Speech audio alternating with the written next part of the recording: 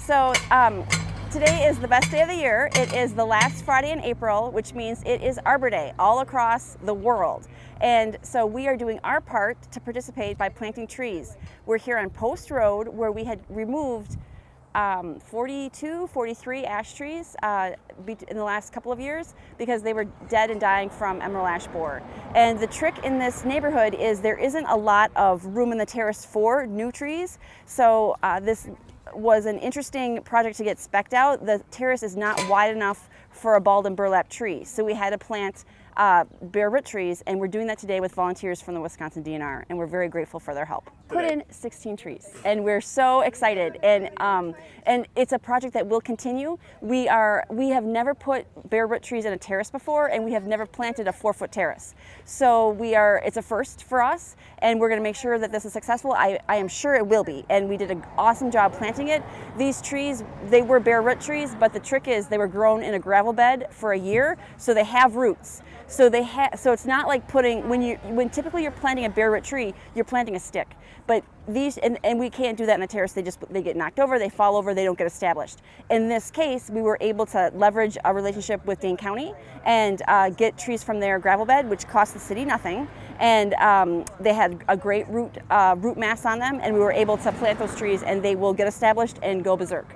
And they were small enough that we could fit them in this terrace. Yeah, these volunteers are great. They are volunteers from the DNR Service Center. In 2020, February of 2020, if we all remember that time, it was a different time, and we had talked with the DNR about doing an Arbor Day event, and we were very excited. Come March of 2020, we all had different things on the mind. And we did do an Arbor Day event in 2020, but it was socially distanced, and it did not lend itself to this sort of an event. That is also the winter we took all these trees down. And so a couple of seasons have gone by. We're beyond the pandemic safety measures, and we can finally get together and do projects like this. So in 2023, we revisited our idea. DNR called me in February, and they said, "Hey, still interested to do an Arbor Day event with you. What do you think?" And I was like, you know what? I have a project, and it's a bit of an experiment. I think we can do it. I think we can do it successfully, and I would be grateful for your help. And that's how this whole thing came together. So the first thing is call Diggers Hotline. You see all the marks in the terrace, you see the marks on the sidewalk. Call Diggers Hotline. Get the gas, get the fiber, get the electric identified. So we had to do that first to figure out even if we could put things in the terrace, right? So we did that. Yes, there's an electric line that runs through here, but we could avoid it if we hand dug. Second step, get good stock that's appropriate, and good species and good nursery stock, good quality nursery stock that are appropriate for the location.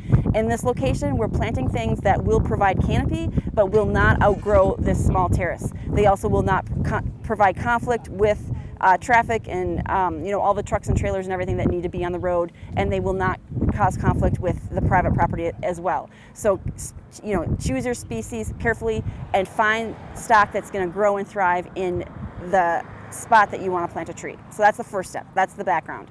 Then get awesome people who will plant trees with you. That's the next step, and that's what we did. So once you've got the awesome trees and the awesome people, then you dig the holes, and you want the hole to accommodate the roots, and you want the roots flared out, and you don't want anything circling around. You'd rather cut a root than have it circle back, because it'll eventually strangle a tree.